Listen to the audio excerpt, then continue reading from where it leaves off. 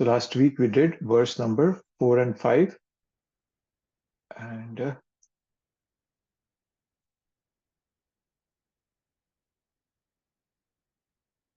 so verse number 4.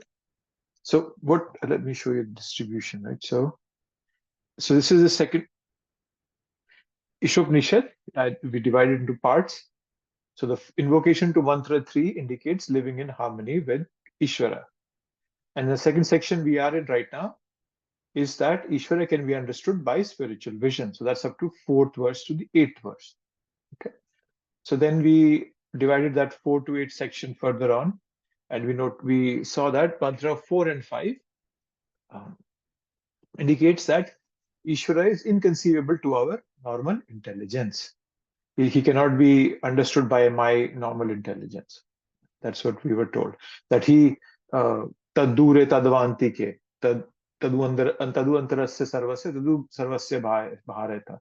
That you are within everything, you are outside everything. You can walk and you cannot walk. So it was more of a contradictory verses, but then eventually that's meant to tell us that Ishvara is inconceivable. Now the 6 and 7 that we're going to do today,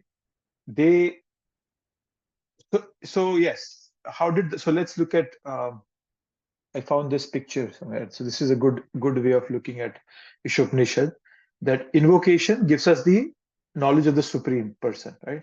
Om Purnamada Purnamidam. Okay. Then mantras 1 to 3, they give a practice for living entities, right? That Ishavasya principle was talked about. 4 and 5, they give us that knowledge of the Supreme Person, that he's inconceivable. And then from 6 to 8, we are taught of knowledge and practice spiritual vision. However, we cannot practice spiritual vision right away because my senses are very contaminated. So it's going to be a gradual progression. So in 6 and 7, we will see that how does that gradual progression begin. So yes, and let's go to the verse and see that.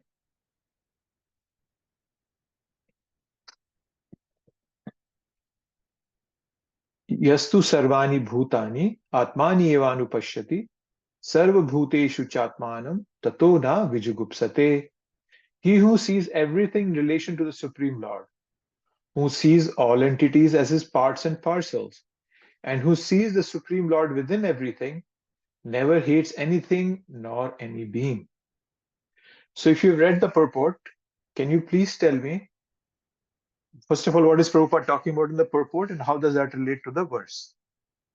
Any volunteers to explain that? So, Hare Krishna, Prabhu. Hare Krishna.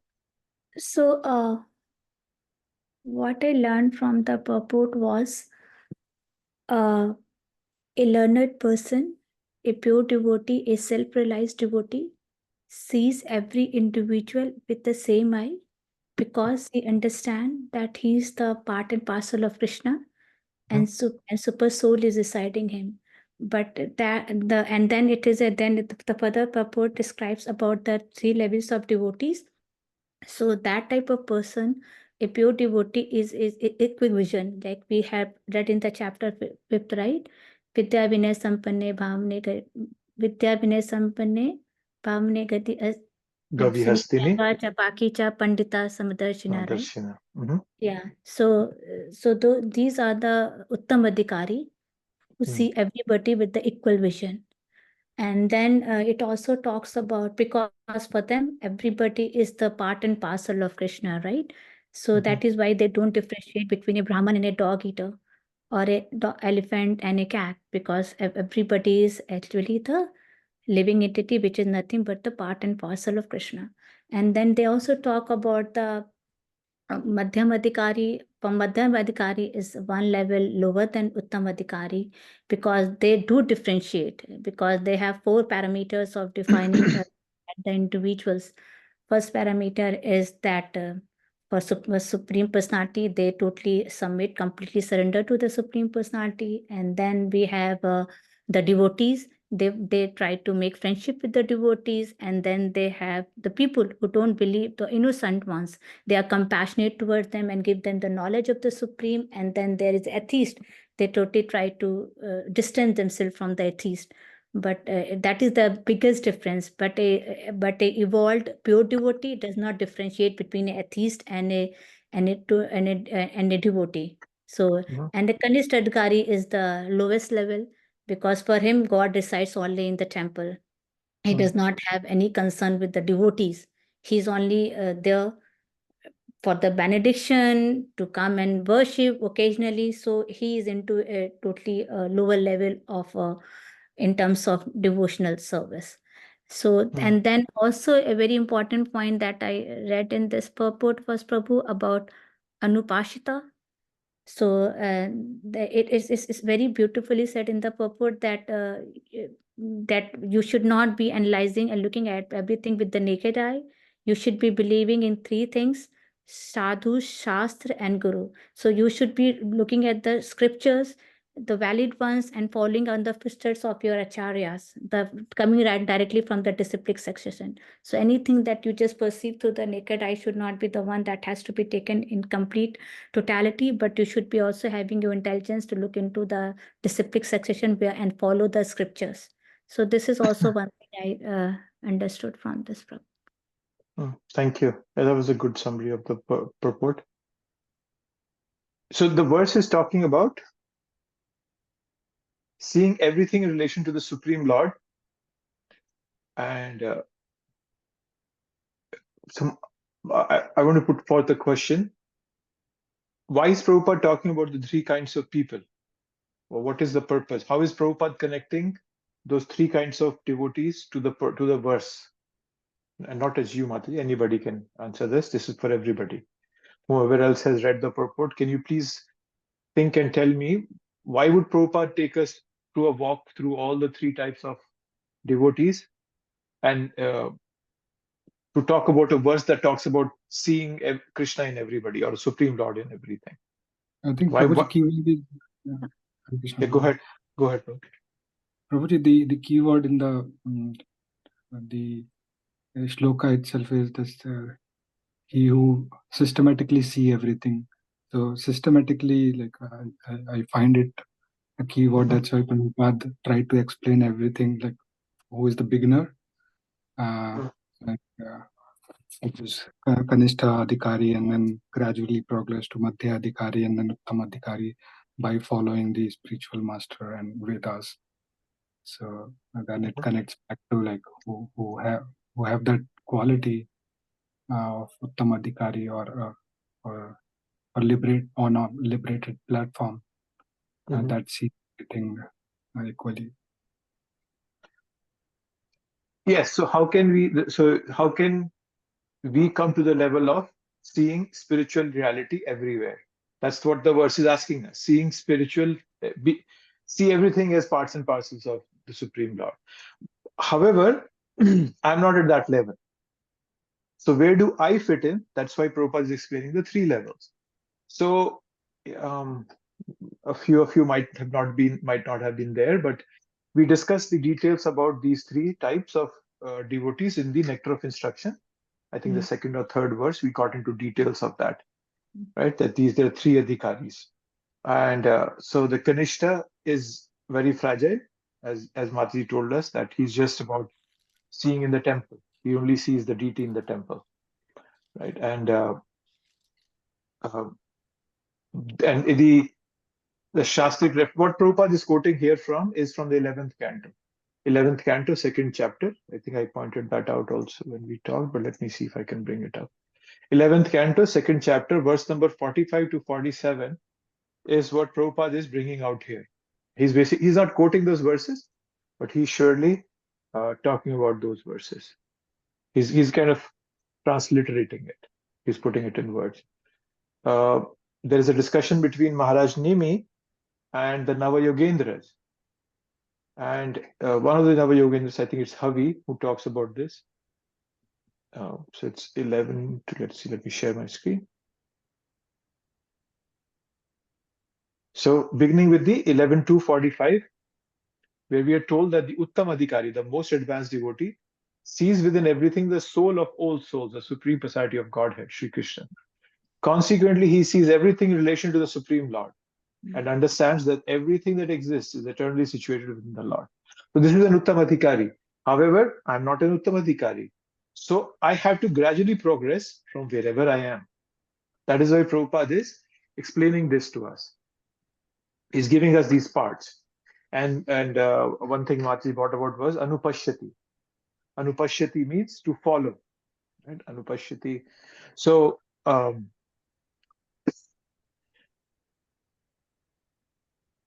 Anupashyati is to see through an authority. That's what Anupashyati means. For example, if I'm looking at a graph and I see the graph going down, I can tell that my experiment proved something, that something is decreasing. For example, let's say an economist. If he sees a graph going down, the economist will know, a recession is there. There's a recession. But a common man will just see a line going downwards. So even economists and scientists have to see with the eyes of knowledge. They have to see through an authority. Some authority has told them that this is the way things work. And then they believe it. And then they see their results according to that. That is why Anupashyati is very important. You cannot, there's this notion in this world, seeing is believing, right? But seeing is believing is stupidity. It doesn't make sense. Because if you say that seeing is believing, then we don't see our own mind. That means we don't have a mind. No, it doesn't mean that. If we believe only what we see, we don't make any advancement, right? So we have to see and then we have to think. And Newton saw the fruit falling, and he thought why it fell. Others didn't think about it. They just picked the fruit and ate it, right? So yes, that's why Prabhupada is bringing this out. And in the purport, he's talking about all three of those people. So that's 11.4. This is about Uttamadhikari. And we have a purport written by the disciples of Prabhupada. And then the second one, Prabhupada talks about this, 11.246, which is for the Madhyamadhikari. Right? He offers his love to the Supreme Personality of Godhead, sincere friend to all devotees, shows mercy to the ignorant people who are innocent, and disregards those who are envious. Similarly, the lowest is the Kanishta-adhikari, he's saying, he worships the deity. So he doesn't see God outside. He's only seeing God inside the temple. So such a devotee is called a Prakrta Bhakta. Prakrta Bhakta. He's a materialistic devotee. So this is a very interesting term Prabhupada puts in there. I think he quotes that in the purport also. Let me see. Where is that? He brings about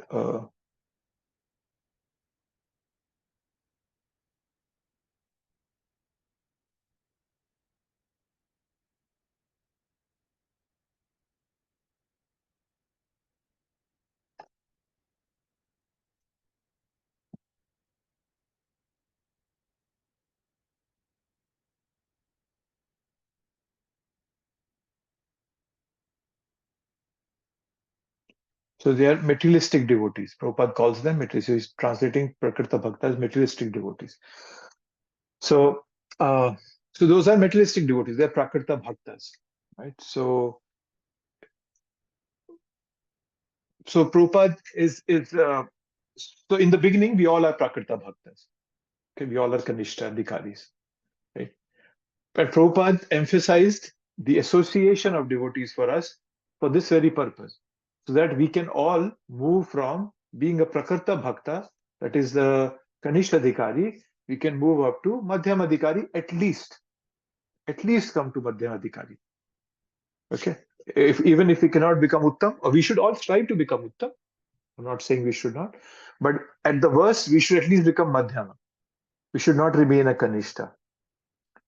Kanishta adhikaris are always fighting, as Prabhupada has told in the purport. They are fighting because they are more like, oh no, I know what is right, but they don't see Krishna in other people, right? So Krishna,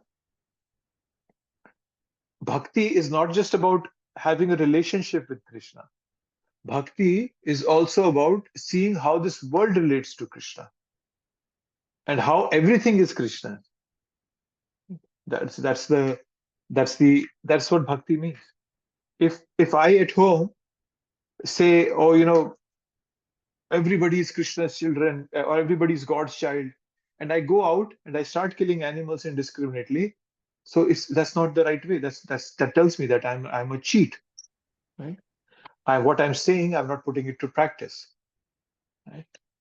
So that's why Prabhupada emphasized a lot of association and following. Anupashyati. Anupashyati. There's a verse it's in the first canto, second chapter. And it's, I think, 26. Is it 26? Which says, Bhejire munyo thagre bhagavanta madhokshajam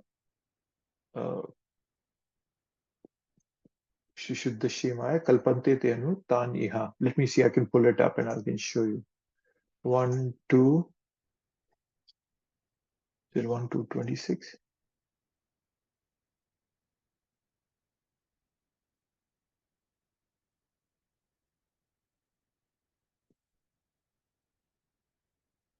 Mm-hmm.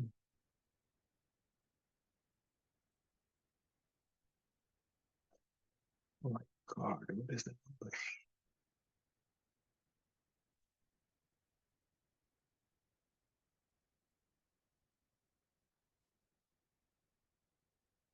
It's 25. 11 to 25.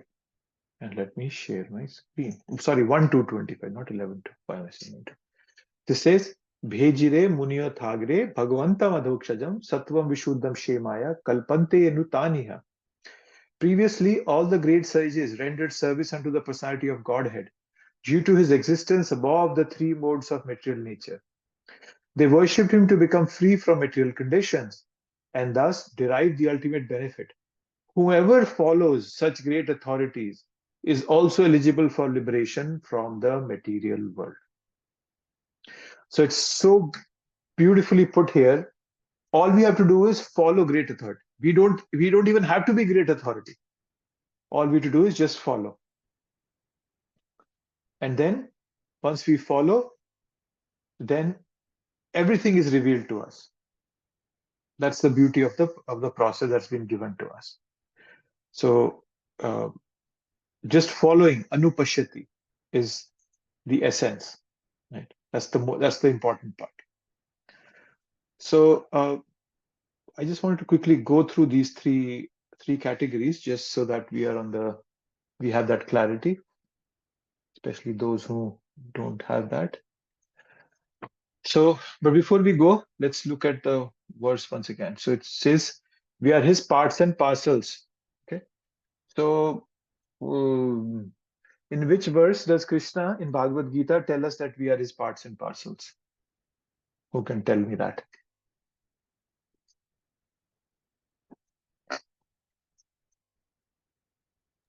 Is it Mamaivamso Jivaloke Jivabhut Sanatanaha? Is it a question or an answer, Mataji? Are you telling me or you're asking me? Tell me that. I'm first. asking you. No, don't ask me. Why do you ask me? You said the right thing. That's the verse, yes. Mamaivamsho jiva loke jiva bhuta sanatana mana shashtani indriyani prakriti sthani kashyati. 15th chapter, verse number 7. Yes, so Krishna defines us as his part and parcels. So we are his part and parcel. That's what the verse is saying. So I am a part and parcel of Krishna, but I don't see it that way because I am a Kanishta. I'm not at a level where I can see it. I cannot see Krishna sitting in everybody's heart. That's the problem that I'm facing, right? So that's the level we should aspire for. And then another thing Krishna is saying here, sorry, not Krishna, the author is saying, so there are two parts to this verse, okay? So one thing is who sees all living entities as his parts and parcels. So that's one thing. And then who sees the Supreme Lord within everything. That's another thing. So there are two things being mentioned here. That one, that I am his part and parcel, that's okay. But the other thing is that the Lord is within everything also. Well, that's another thing, right? So that's which verse would you say to say that there is super soul in everything? Bhoktaram Yagnatapasam Sarvaloka Maheshwara Shridam Sarvabhutana Gyanatmam Shanti Machati. No, I think no, you just quoted that verse, right? With Devanaya Sampane.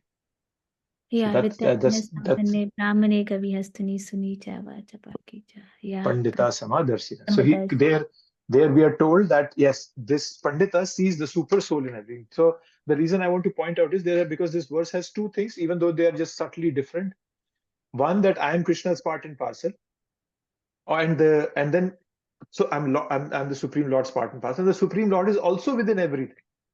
So he's not just in us living entities; he's even everywhere, right? It says in the Andantara Parmanu Chayantarastham Govindamadi Purusham Tamaham Bhajami. Brahma Samhita, we are told he is everywhere. Parmanu means electron. He's in every electron. But the difference being that I in this body is me and Krishna. In a matter, there is only Krishna. So there has to have a living entity to make that thing alive. So that's the only difference. So so once that kind of a situation, once that we have that kind of an understanding, we don't hate anything nor any being. So that's the way to. So there are two parts, as I said. So yes. So Prabhupada in the purport he talks of three adhikaris that we have been talking about: Uddhama, Madhyama, and Kanishta. Okay. So and then towards the end of the purport, I think in the fourth verse, he talks of oneness or universal brotherhood. He's talking about oneness across here. Oneness means not to fake it, that don't try to imitate somebody. He's talking. So we'll see it when we come to him, right? So what our consciousness has to expand to perceive God's presence everywhere. So as we talked about, the verse 4 and 5 tell us that God is very hard to perceive by our material senses. But then we are given a path as to how we can perceive him. So Prabhupada is giving us that path. We try to see everything in Krishna and Krishna sitting in everybody's heart. That's the way you can convert your material intelligence to spiritual intelligence and see everybody, see Krishna in everybody. Right? So everything, all these three words, Kanishta, Madhyama, and Uttama, they have the word adhikari at the end. So adhikari means is the eligibility according to which we get entrance into the Lord's realm. Right? For instance, in this material world also, we see clubs which have restricted entrance. Right? Yes, but you're given entrance based on a fee, your position, and whatnot. But in the spiritual world, material qualities do not define our position. Our credentials are faith, our level of consciousness, our behavior, our purity. Right? If we go back home, back to Krishna, and then if Krishna asks us, what did you do? And if we tell him that, oh, I was praying to you the whole time in the temple, I was in front of you, DT form, and doing it. And but then I didn't make association with devotees, and so because I didn't like them. So Krishna will say, if you didn't like them, that means you didn't like me, because I belong to the devotees. Right? So yes, so level of consciousness, the behavior, the purity, that's what gives us the eligibility. So Kanishta, that's the first paragraph, is that, as I was saying, their Shraddha is fragile, Komal Shraddha. Right? They're proud of their material qualifications. They think they're great devotees. Right? So, and in the, I think it comes in the Chaitanya Charitamrita, that we are told that those who are, Krishna is saying to, Lord Krishna tells Arjun that those who are my direct devotees are actually not my devotees, but those who are the devotees of my servant are actually my devotees. So, but a Kanishta cannot understand that. The Kanishta is on a very lower platform. His chanting is Namaparad. Namaparad means he's committing offense while chanting. He's envious of others, he's offending others, but he continues to chant. It's okay, right? He has a competitive mode towards devotees, and he thinks that bhakti is a race. Who does better than others, right? My God, my guru is better than others. and he shows disrespect. Right? And Kanishta cannot even discriminate between who's innocent and who's envious. So there's no discrimination. They sometimes try to preach very pompously.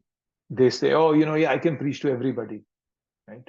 So, but that's not the way Bhagavatam is even telling us that the Madhyama should be very cautious in dealing with the envious. Kanishta, no, a strict no.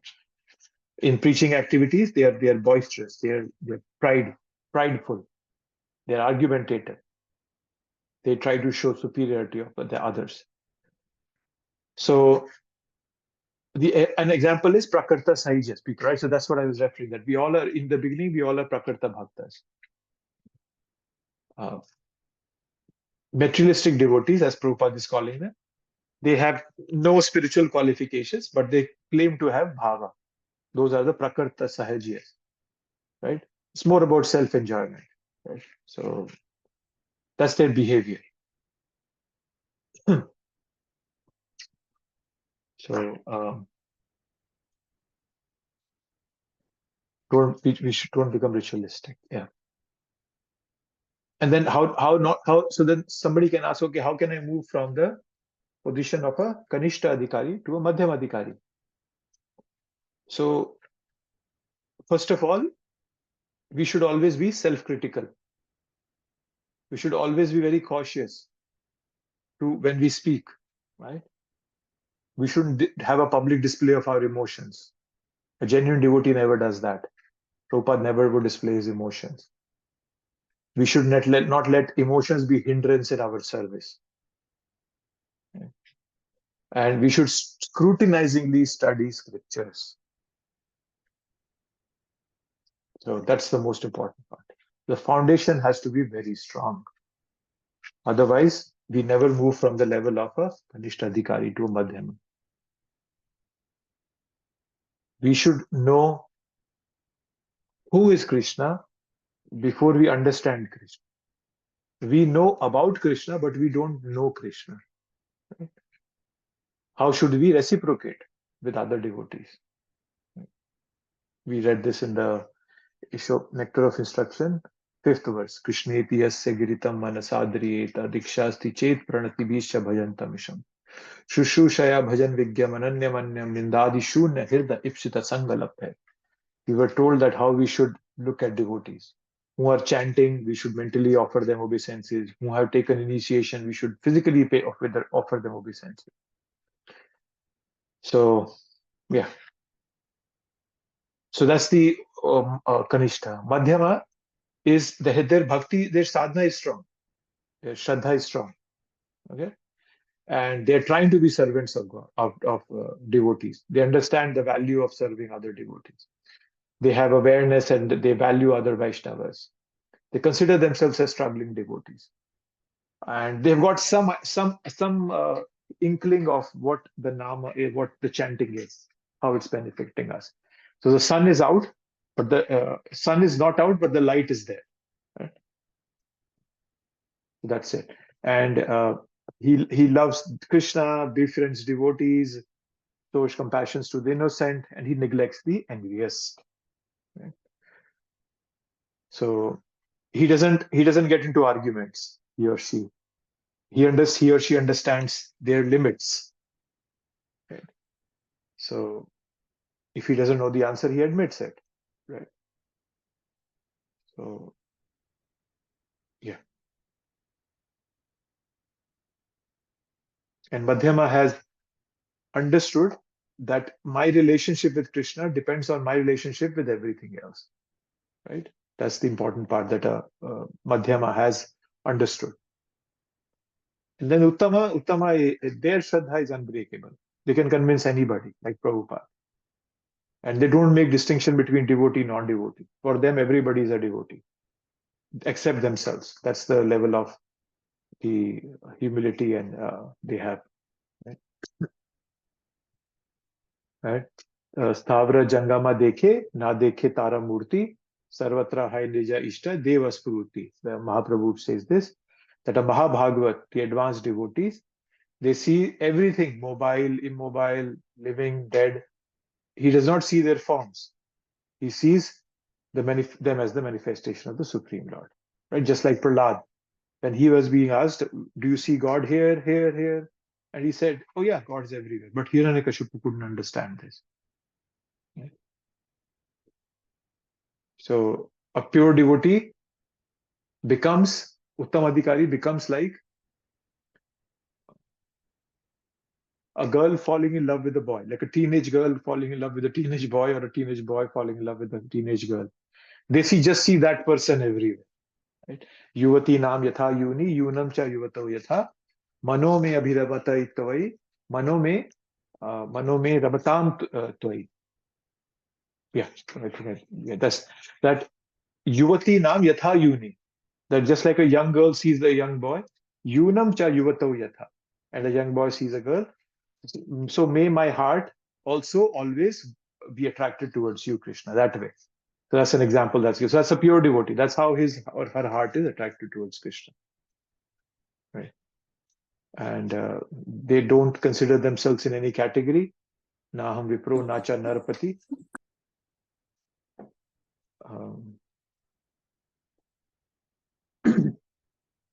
Naham vipro nacha narpati.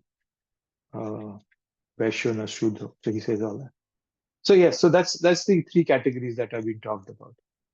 And actually, an Uttam Adhikari comes to the level of a Madhyam Adhikari for preaching purposes. On Uttama level, because he doesn't see any difference, so he doesn't see anyone to preach because he sees everybody as devotees, except himself. So that's a pure devotee. But he comes to a Madhyam Adhikari platform to preach, like Prabhupada. Prabhupada came to United States to preach. So he had to come to a Madhyama level, live, do all sorts of things and guide them and correct them. Right? So Atma upena sarvatra samam pashyati yo Arjuna sukham va yadi va dukham yasa yogi paramo mata. Towards the end of the 6th chapter of Bhagavad Gita, Krishna says to Arjuna that Atma upena sarvatra samam pashyati yo Arjuna. That he sees me everywhere. Atma upena sarvatra samam pashyati. Like once what happened when Prabhupada was taking a walk, I think it was Florida or somewhere, and he saw many people playing golf. And he was coming from India. He'd never seen golf as a sport. And he asked his disciples, what are these people doing? They told him, Prabhupada, this is a game. They play golf. They try to hit a ball to a hole. And Prabhupada started crying. He's not like crying, but his eyes went moist. He was seeing that they spent their whole life running this rat race, money, family, killing themselves. And now they have time and now they are hitting a ball from one corner to the other. So an Uttamadhikari becomes very soft-hearted. He's aware of the pain that is inherent in this material world. He becomes as sensitive as an eyeball, right? If you even put a piece of cotton on your eyeball, it becomes irritated. So, and then they have the capacity to purify every place wherever they go, the Uttamadhikaris. Right? Bhagavad Vida Bhagavatas, Tirtha Bhuta Swayam Vibhu. In the first canto of Srimad Bhagavatam, when Vidur comes back to Hastinapur, Yudhishthir Maharaj says that to him, that wherever you go, you carry Krishna in your heart, so you can turn any place into a pilgrimage. I go to a place of pilgrimage and I leave my sins there. But a pure devotee comes there and he cleans the place up. So that's the difference between me and a pure devotee. So, yes. So these are the three categories. Okay. But it's better to be a Sahajiya, a Prakarta Bhakta, a Kanishta-adhikari than being a Mayavadi or a materialist. So materialist is somebody who's attached to matter, but he has no attachment to Krishna. Whereas a Mayavadi neither has the attachment to matter nor to Krishna. But the Prakarta Bhakta, he has attachment to matter also and to Krishna also. So he's trying. So at least best to be try to be at least Madhyama, and but then we all begin as Prakrta Bhaktas. So first see spiritual level in DT form, that's Kanishta, then see it in everybody, in others, and or with some discrimination, and then Uttama sees everything not on the basis of body coming. That's how it moves from one part to another. But then we also know we have to live in this world according to the principles of this world. So there are two things get processed at the same time. I'm spiritual, but I'm in a material body. So there is Vyavaharika and Paramarthika. Paramarthika means, in a very practical way, we have to deal with being in a body and having a mind. Right? So that's Paramarthika. And then Vyavaharika is, behave according to our surrounding environment. Right? We have near and dear ones. We have to show them love. Right? I have to go to work. I have to pay my mortgages, so forth. Right? That's a Paramarthika and Vyavaharika.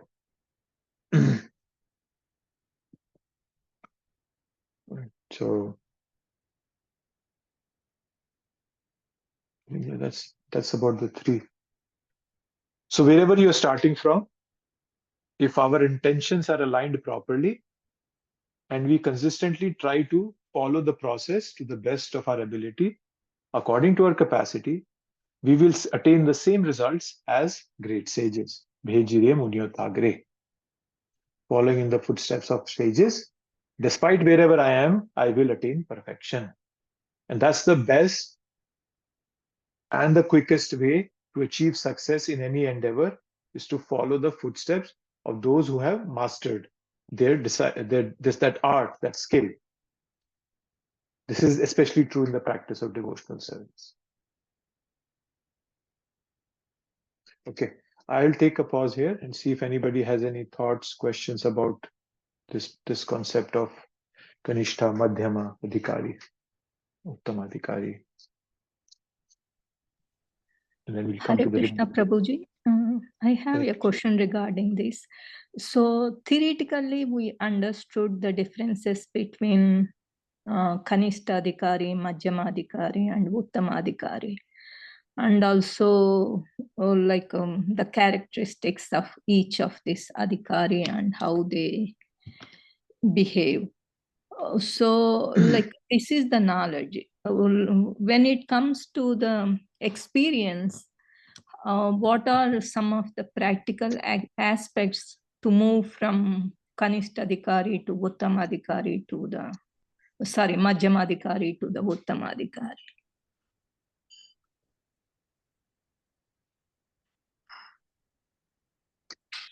Practical aspects to move from one level to the other means how can we move from one level to other? Is that your question? Yes, Prabhuji. Well, as I mentioned, I mentioned a few, right? So studying scriptures is one of the most important things, how to move from one to the next level. And we have to be, so I think, and towards the end, as I was saying,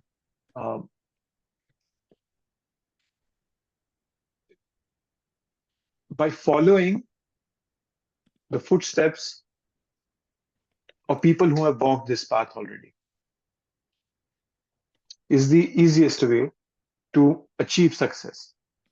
And how do you do that? By, first of all, your intentions have to be aligned properly. Right? You should have your intentions clear. Like, okay, why am I doing this?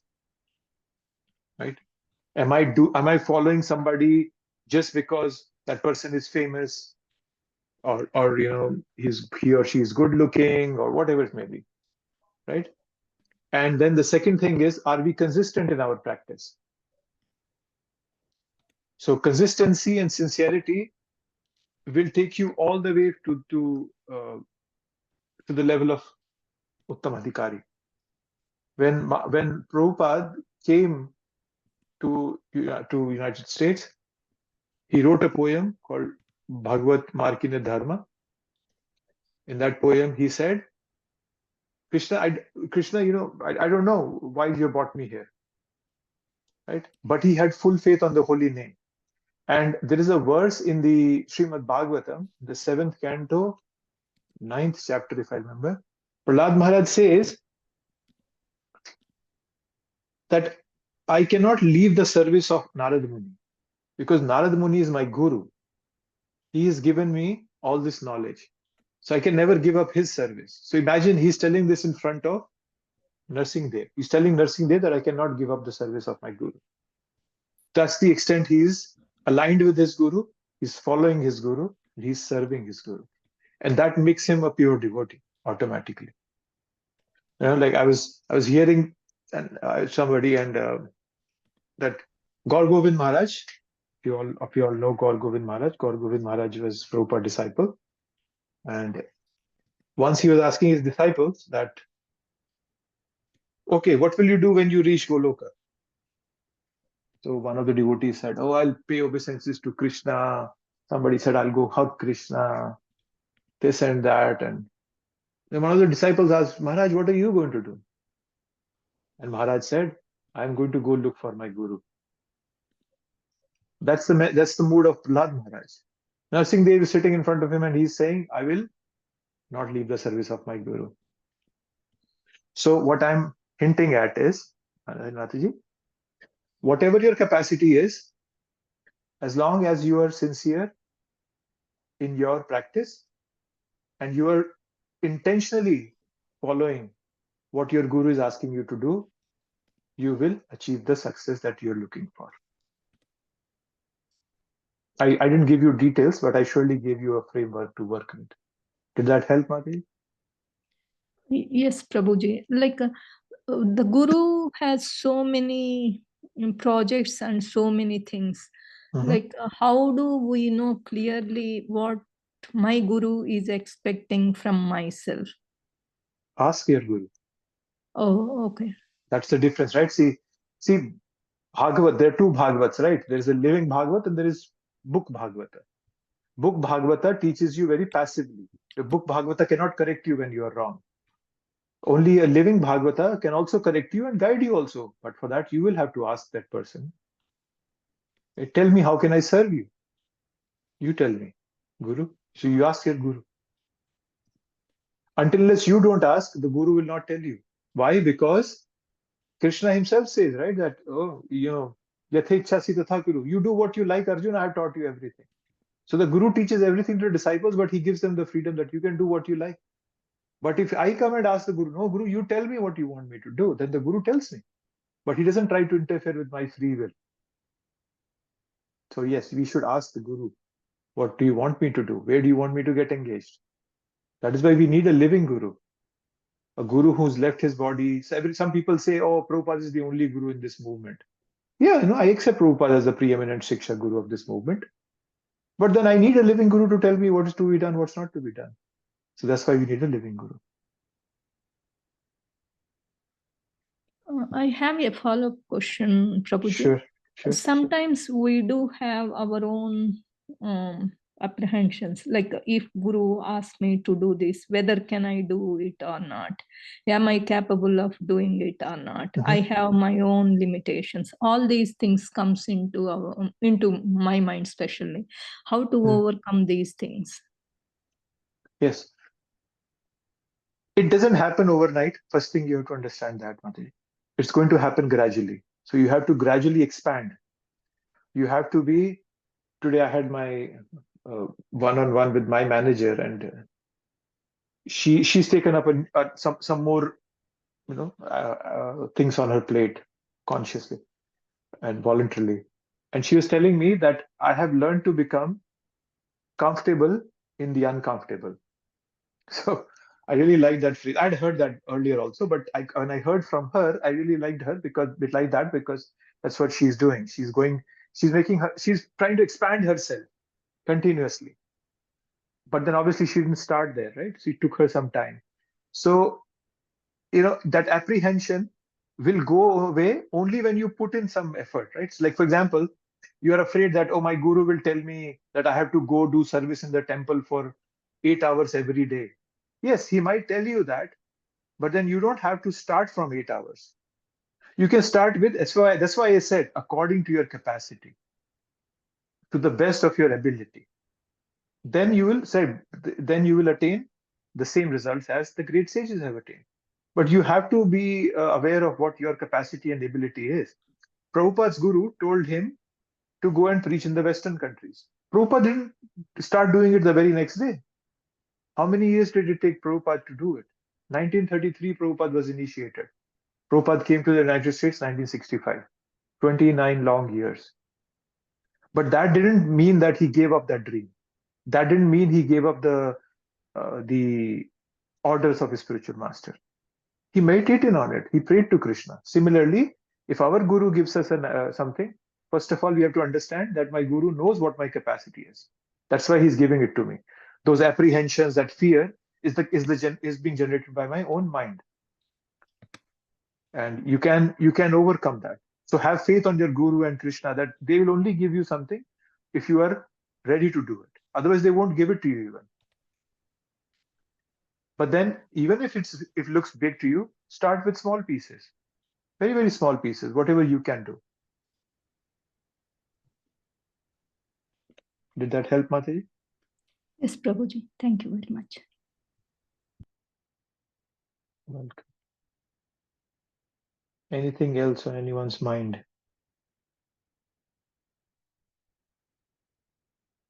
About this verse, Kanishta, Madhyama, Tamadhikari.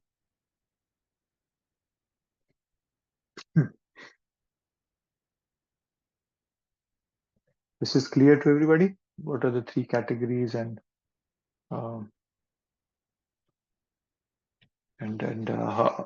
as I said, why Prabhupada is talking about them is because he's giving us a ladder to which we can attain the position of this verse. That verse being that we can see everything in Krishna, Krishna in everything.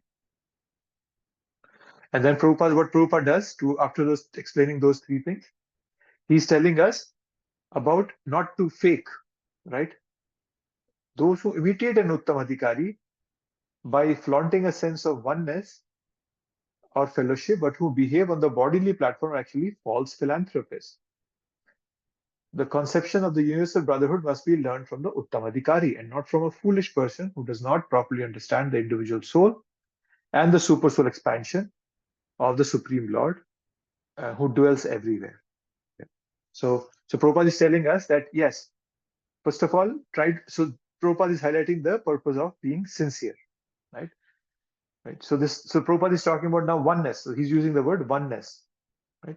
So the oneness being talked about here, where is that? Oneness or fellowship, right? So oneness here doesn't mean that we become one with Krishna. This oneness is referring to oneness in quality. And that will be something will be talked about in the next verse. Prabhupada will establish that also. And then we talked about Anupashyati. And then he said also, be careful of cheats, right? He's saying that there are so many commentaries on the revealed scriptures, but most of them are not in line of disciplic succession, right? Coming from Vyasadeva. So first of all, Prabhupada is telling us, identify where you are in Kanishta, Madhyama, Uttama, and then try to progress forward. Take guidance from Albiyanu Pashyanti, follow, but then don't follow people who are cheaters. Otherwise, you will also go to hell and they will also go to hell. So Prabhupada is warning us that we be very careful, and that whose commentary we are reading and whom we are following, whom we are listening. Because I noticed that even in ISKCON, people don't listen to Prabhupada. They will listen to so many other, there is some guru in Vrindavan. They will listen to some other person here and there. There's no harm in listening to others, but am I strong enough that I can discriminate when I listen to them? Might be, might not be. Who knows? So we should be very cautious. We should not go around YouTubing things that, let me see if this thing has been explained. This thing from Bhagavad Gita has been explained. And then I find some random guy speaking about it and I go, oh yeah, this is a good explanation. No, go to Prabhupada's explanation for everything. Otherwise, we'll be running around in circles. Circle. Nothing else will come out of it. Right? So it's important that we follow the right people who are coming in the disciplic succession.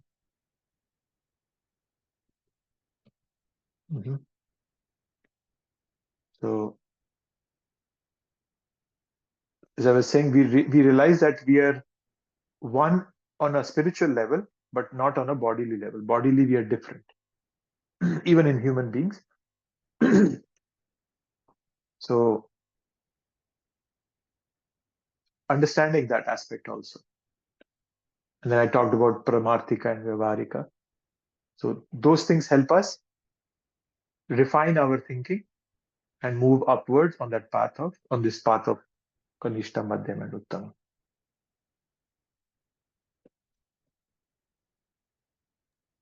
Okay. Prabhuji, can you please explain one more time Pramartika, Vyavaharika? So, so let's take that example. I think I might have given this example in the past also. Now we know that every living being has Krishna in their heart. Even a tiger has Krishna in his heart. But you are happy that you are on the other side of the fence. You're not in the same side as the tiger, because the tiger will eat you up. So Paramarthika means that I am aware of the fact that I am watching things happen around me, but they're not actually happening to me. Right? That I'm a soul. That's Paramarthika. Right? That we have to deal with being in a body and having a mind. Right? That's so. So yes. So yes. So Paramarthika means we have the bigger aspect that okay, everybody is a living entity. Everybody has Krishna sitting in their heart. I have to learn to respect them. But that's one aspect. That's the Paramarthika aspect. But then, for example, so when I'm in family life, I cannot act as a renunciate.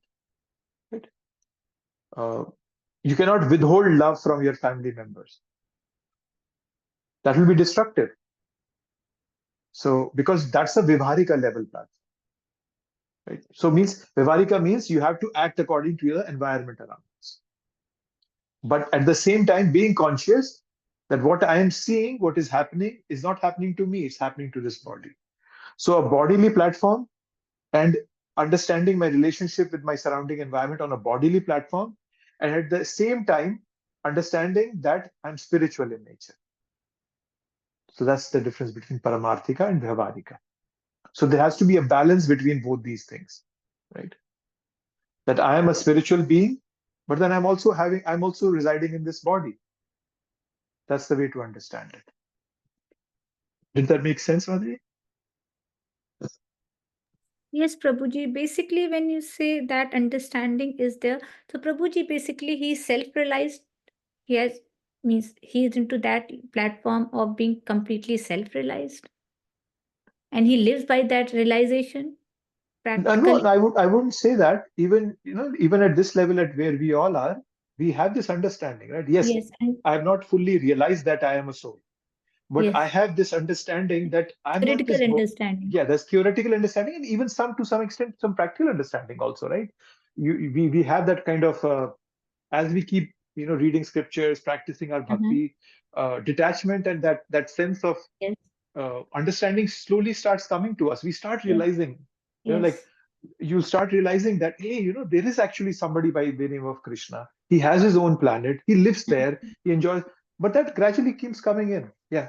So even at our level, it's not like a pure devotee only thinks of this way, right? And even with sometimes like with children, yes, we love our children, but then at some point we also understand that they are living entities of their own. I cannot force them to accept what I want them to do. So that's a Paramarthika level. But at the same time, it's not like, oh, no, because you're not listening to me, I won't love you. No, we still love our children. That's a Vyavaharika level, because Krishna has given them to us he's has given us a relationship, and he has brought them in my life. So Krishna has a purpose. So we also deal it with that kind of sensitivity and nuance. Yeah. Yes. Thank you so much, Prabhu. That makes so much sense. Thank you, Prabhu. Yeah. You're welcome. Yes.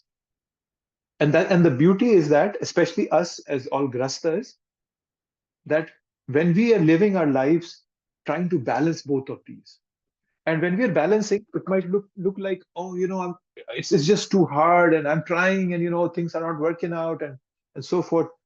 However, when we come out of this grasta level, grasta ashram, you know, our kids grow up, mortgages are paid, I've retired from my job, you know, and then I realized that how much strength I have accumulated over this grasta ashram life by continuously trying to balance myself, that I became so strong now. So many times Krishna does not give us realizations right away. He waits for times. I mean, uh, I might have told this story. There was this he was not even, I wouldn't call him a devotee also. He would just come to the temple once in a blue moon and do some service here and there. And he was like 70-year-old. He got cancer. He was about to leave his body. He was active. He was moving around. Uh, but nobody was with him. His kids had grown up and his wife was not living with him. And just because he's been to the temple, some way or the other, he befriended a Prabhupada disciple, and that Prabhupada disciple would go to see him. And then when he would, even this other person was growing old and he was kind of with cancer and everything, the Prabhupada disciple arranged for prasadam for him, and the Prabhupada disciple talked to other devotees to be with him so that, 24/7, there were devotees sitting with him 24/7 because he was all by himself. They would talk to him, read Srimad Bhagavatam to him. And to an extent that in the last 1 week of his life, he got initiated. And when he was leaving his body, there were devotees chanting around him. He had Ganga Jal and Tulsi on his lips when he was leaving his body. So the reason I'm giving this example is, sometimes it might seem that we are not making any progress. Sometimes it might seem that, oh, all this looks so useless. But you are gaining a lot of that paramarthika aspect is becoming stronger and stronger in your life because you're trying to balance both of them. So we just have to wait for Krishna's mercy to descend. We cannot force it. We cannot forcefully ask Krishna to be merciful on us. It's when he wants to give it, he will give it. It might be tomorrow. It might be when I'm leaving my body. It might be in my next life. Who knows? But we should never give up the faith that Krishna's mercy will surely come to me. And with that thought in mind, we keep balancing our life. 40-hour week jobs, children, family, relatives, mortgages, so many things. You buy a house, everything keeps breaking apart. Sometimes the electrical connections are loose, the deck needs painting, everything. It's like a nightmare. But we still keep living it. And one day will come, and Krishna will endow us with his mercy, and you'll realize, well, see, everything is here. So yeah, that's why we need to keep continuing our lives with Paramarthika and Vyavarika platforms. Then Krishna becomes merciful. And I've said this many times, so probably it might already be very cliche, but the way we show our love to Krishna is through our consistency and sincerity. I want to move from a Madhyama, from a Kanishta to Madhyama, Madhyama to Uttama. I personally haven't seen, I'm also in, Kanishta level. I've seen that only my sincerity itself can take me forward. Um, Madhu, you were asking me about that. I didn't reply back to your text. Sorry. You were asking me about determination. So determination, we all have determination to some extent or the other, right? I'm determined. See, you all are so determined. You're running families, doing jobs, and there's we all have determination. All we need to do is just be aware of what we are doing. And that awareness, when it comes into our lives, and that awareness comes through sincerity, that I'm sincere, and then everything works out. Okay, I'll take a pause. I've been speaking. Anything on anybody's mind again? Last time. No? Okay, I don't want to start the next verse, even though it's the same thing. Let me just quickly read it, right? Let's just quickly see it. and see what it is. So it's very similar. So 6 and 7 are very similar verses. So one who always sees all living entities as spiritual sparks, in quality one with the Lord, becomes a true knower of things. What then can be illusion or anxiety for him? Right, so very similar verse. So 6 and 7 are similar. I think 8 is similar. And then from 9 to 9, 10, 11, 12, 13, 14. 6 verses are similar. Yeah? Actually, 9, 10, 11 and 12, 13, 14 have just difference of a word in between them. So we'll see those. Very interesting and also confusing. So if nothing else, then we'll probably pause here and continue next week.